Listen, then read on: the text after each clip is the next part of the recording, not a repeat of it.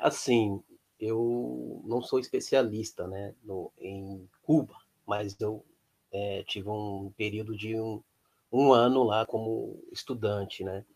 E aí a, a Elaine trouxe algumas coisas importantes, assim, que vai passar pelo que eu quero trazer, né? Porque falar de Cuba não é simplesmente falar desse período, né? Cuba tem uma influência enorme na América Latina. O que significa Cuba estar ainda pensando a ideologia ou a batalha de ideias como trouxe Fidel Castro, e especificamente socialista ou comunista, né? O Partido Comunista e o seu regime socialista. Então, primeiramente, tem que pensar nisso, né? Por que trago isso? Porque a primeiro momento, após a queda do muro, todo mundo falou assim, nossa, agora, né, Cuba não tem oportunidade nenhuma, né, o fim da União Soviética. Mas eu quero trazer o primeiro encontro da Tricontinental em Cuba, 1966. Eu acho que a gente tem que discutir a não falar mais do imperialismo. Não se fala mais, né? Todas investidas na América Latina, né? O 1966 foi onde foi criado, não sei se vocês conhecem, a Organização Solidariedade entre povos da Ásia e África e da América Latina, onde se houve várias discussões de difundir o regime socialista e difundir as ideias, né? Difundir a solidariedade. Tanto é que após isso, o Cobra tem um papel importante também até em Angola. Né? Cobra ajudou a construir, é, desenvolver e construir e participar de revoluções nacionais na África, como a tirada dos portugueses na Angola. Né? Então eu queria trazer primeiramente isso para me pontuar como que eu vou trazer o que eu vejo em Cuba hoje, né? Porque se fala muito em guerra híbrida, né? Revolução híbrida, revolução colorida. Eu não sei se posso classificar diretamente dessa forma, mas eu sei que tem uma relação muito forte com a cultura, né? E aí a gente tem que pensar sobre isso, né? Sobre o que é Cuba. Eu estive lá por um projeto que hoje não se fala mais. A Organização de Solidariedade dos Povos da África, Ásia e América Latina, em 2019 terminou. A gente não conseguiu que isso se explanasse, se difundisse. Né? Tanto é pelas investidas dos Estados Unidos, não só, a gente não tem que falar só das investidas em Cuba. O que é na Venezuela com Guaidó, o que é lá no Peru com o novo Castilho querendo ser, tendo a oportunidade de ser presidente e o pessoal bocotando, né? O que é na Bolívia o golpe com o Evo Morales, né? O que é em Honduras, né? Isso representa Cuba, né? O medo de uma ilha pequena que não produz nada, que é salgada, a única coisa que consegue produzir é, cana-de-açúcar, né? E o tabaco, está difundindo ideias, está socializando médicos, né? Porque Cuba produz também médicos. A gente pode falar que Cuba produz médicos. Tanto é que uma das discussões dessa galera que foi para a rua aí, que é o que se diz oposição, se coloca como oposição, era a falta de atendimento médico, falta de vacina, não simplesmente vacina, né? Mas ligando à saúde, né? E a questão da energia, né? Parece que aqui no Brasil, quando fala isso, parece aqui no Brasil que não teve Amapá, né? O que aconteceu? Aquela coisa lá do apagão, né? O nosso, não sei se posso falar que é nosso presidente, é de quem votou, né? Mas esse presidente saiu falando aí, ó, lá tá passando fome. E o que é o pessoal lá pegando fila para comprar ossos ou pegar ossos, né? As coisas que acontecem aqui no Brasil é muito, o pessoal não consegue tentar difundir, pô, acontece lá, mas a gente não está imune aqui, né? Não é isso, né? E sem pensar o bloqueio, né? Porque já votaram 184 países para o fim do bloqueio. Já era para ter o fim do bloqueio, mas Estados Unidos tem uma lei que ainda persiste com bloqueio. Né? Não é assim tão simples falar assim, influencia ou não influencia o bloqueio? O Partido Comunista de Cuba se aproveita ou não do bloqueio? Né? A gente tem que discutir isso, mas é discutir na perspectiva cubana.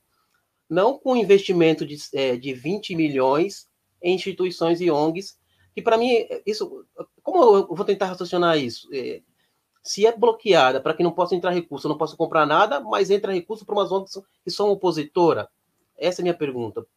Se os Estados Unidos pensam tanta democracia, Qual o sentido de não deixar negociar com outros países da América Latina e mandar dinheiro para esses opositores, que, né, o movimento San Isidre, e que se dialoga com a direita, e o que a Elaine traz, que é importante, esses artistas, é o movimento Pátria Vida, né?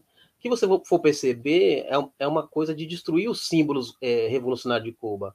Porque se a gente, totalmente que a gente vai falar ou vai fazer um grito de luta, é pátria ou morte, né? Se você, e não só isso, esse movimento que agora aconteceu, dessas últimas manifestações, que pipocou por Cuba, um artista que também que tem certa relevância em Cuba, que está em Miami, né? É engraçado, a gente também tem que discutir isso, porque todos os artistas ou todas as pessoas que são oposições estão em Miami, né? Não se discute, mas enfim, eu queria trazer que esse artista criou uma música chamada 11 de julho, tentando destruir novamente um símbolo que é o 26 de julho, né? Não é 26 de julho, é 11 de julho, né? A fala dele. E a bandeira não é vermelha e preta, a bandeira é azul e branca, né? Então, não é. Eu quero discutir por que essas pessoas não estão lá, não estão mais lá, né?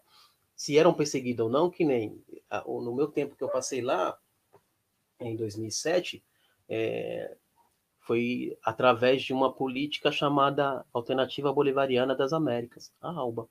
Também sumiu, né? Por causa das investidas americanas. E a gente não discute a ALCA, né? Ela trouxe a Elaine trouxe a questão da Colômbia.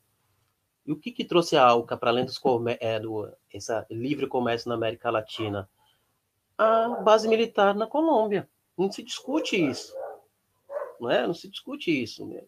Para mim, está muito posto o quanto que eles avançaram na ideologia através desse novo modelo de se manifestar pela internet, né? De se aproveitar de algumas manifestações e mudar todo o contexto, né? Muitas no mesmo momento que saiu essa galera nas ruas gritando que queriam energia, saúde, né? Alimentação, saiu também os favores à revolução. Entendia que o bloqueio tem sua certa proporção nisso tudo. E a gente não está mais na ditadura supostamente colocada como ditadura castrista, né? Hoje está o Miguel.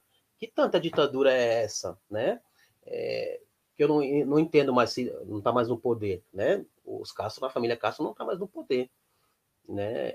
E aí eu queria trazer aqui é, ela traz que hoje a Helene traz hoje que muito o Biden representa um perigo maior, né, que o Trump, e é muito forte isso. Eu entendo também, eu nunca acreditei que o Biden seria uma flor, né, uma maravilha. A galera de esquerda aqui acredita, enfim. Mas eu queria trazer que o Trump, no primeiro depoimento que ele dá, quando ele vence, o que ele diz, para voltar a negociar com Cuba, a gente quer a Satacu de volta. Que representa a Chatacu lá em Cuba, né? Uma dissidente não, desculpa, uma ex-pantera negra que está lá e é envolvida com o movimento hip hop cubano. Todo o movimento hip hop cubano, no período que eu estive lá, conseguiam trazer os problemas sociais e vinculando com bloqueio e também outros problemas que não era decorrente do bloqueio, né? Mas hoje, ao analisar essa galera e que eu acompanho, esse tempo que eu tive lá, eu acompanho, tenho eles nas redes sociais, essa galera estão tudo em Miami. E o discurso hoje mudou. Hoje é o ataque a o regime, não há sobre o que está relacionado com o regime, e sim as pessoas que fazem parte do regime e tem que cair o socialismo, não é mais tá falta isso e o bloqueio e tal, tem a ver com bloqueio ou não. Então isso é muito forte, né? Essas pessoas que antes se encontravam e discutiam os problemas sociais cubanos, que eram do hip hop, do movimento de cultura, hoje não estão mais em Cuba, o que estão conseguem ainda discutir e não são atacados. E isso que é mais engraçado. Vou falar um grupo aqui, não, uma pessoa, vamos lá. Não sei se vocês conhecem, eu sou quando eu estive em Cuba, adoro cultura, então eu conheci muita coisa. Assim. Eu conheci uma pessoa, um rapaz, que é chamado Tony Avilar, né? Ele tem uma canção que traz o que a Elaine traz, que aponta novamente, que é sobre a questão das liberações de privatização de alguma coisa, você fazer dinheiro com comércio, né? Isso lá em Cuba tem um apelido chamado Timbirite. E a música que o Tony Avilar faz é chamada Timbirite. E ele fala assim, ó, toma cuidado, Cuba assim, não se resume só em um Timbirite, porque todo mundo estava correndo, porque há uma necessidade de licença, né? Você sabe, em Cuba tem todas essas burocracias para que não qualquer pessoa possa fazer as coisas. Vir mesmo, ou a divisa vir de fora, e essa pessoa que tem uma parente de fora conseguir fazer milhões de coisas e o outro que está do lado não consegue fazer. Então, algumas pessoas têm que ter licença. Então, ele comenta na música que se há uma corrida para todo mundo fazer o tibirite, né? Sendo que falou assim, ó, a gente não se resume só em comércio, a gente se resume em muitas coisas, dentre elas o comércio. Então a música chama atenção para isso. E nas críticas que ele faz algumas coisas, ele traz a questão negra lá, que é o cientificamente negro. Então a cultura é muito forte, tanto é que essas investidas que você traz também novamente, né, não é de hoje, esse movimento San Isidro recebe investimento americano, né? E dentre outros, a ADN Cuba, Defense e Prisão. Então, a gente tem que entender, para mim, tá muito nítido para mim que Cuba não é uma maravilha. E quando eu estive lá, não percebi uma maravilha. Mas eu entendia, o mínimo que tinha era porque havia uma solidariedade entre Venezuela, no período do Hugo Chávez, entre Evo Morales com a Bolívia, entre até o governo PT chegava as coisas. Eu estava numa ilha chamada Nova Gerona, né? Não, uma ilha Nova Gerona, não. A rua era chamada a cidade era Nova Gerona, a ilha era chamada Ilha da Juventude, que anteriormente era Isla de Pinho, Ilha da Juventude, né? Por causa do a quantidade de escolas que tinham lá para formar vários profissionais e de várias categorias. Então, eu tinha anseios higiênicos, coisa que é difícil entrar em Cuba por causa do bloqueio, né? Para comprar em dólar, tem essa questão, toda essa discussão com a solidariedade desses países da América Latina que entendia que era importante estar na ALBA, né? E estar contribuindo para a luta socialista e difundindo essas ideias, entendia que Cuba poderia ajudar com o médico e eu ajudando com os anseios que eu tinha, né? Ou com o material, o produto que eu tinha. Tanto que aqui, quando eu falei do governo Lula, que eu cheguei em 2007 ainda era governo Lula, nessa ilha chegava produto que era produzido por Brasil, né? E a gente ficava se perguntando, pô, como chegou e tal. E tinha um jeitinho, essa dificuldade toda que você coloca, mas chegava. Só que chegava e a gente tinha um adendo aqui, a gente tinha uns brasileiros muito egoístas, queria comprar sabe quando a gente chega na mercearia, no mercado tem a promoção da cerveja, o cara quer levar o pallet. Então era assim, chegava 2 pacotes de bolacha, esse brasileiro queria comprar e que tinha mais, porque na época que eu fui foi 400 brasileiros e dentro deles não tinha só pessoas como eu que não tinha nada e eu consegui viver o que vive um cubano, mesmo com a ajuda do governo venezuelano, tem que colocar aqui, né?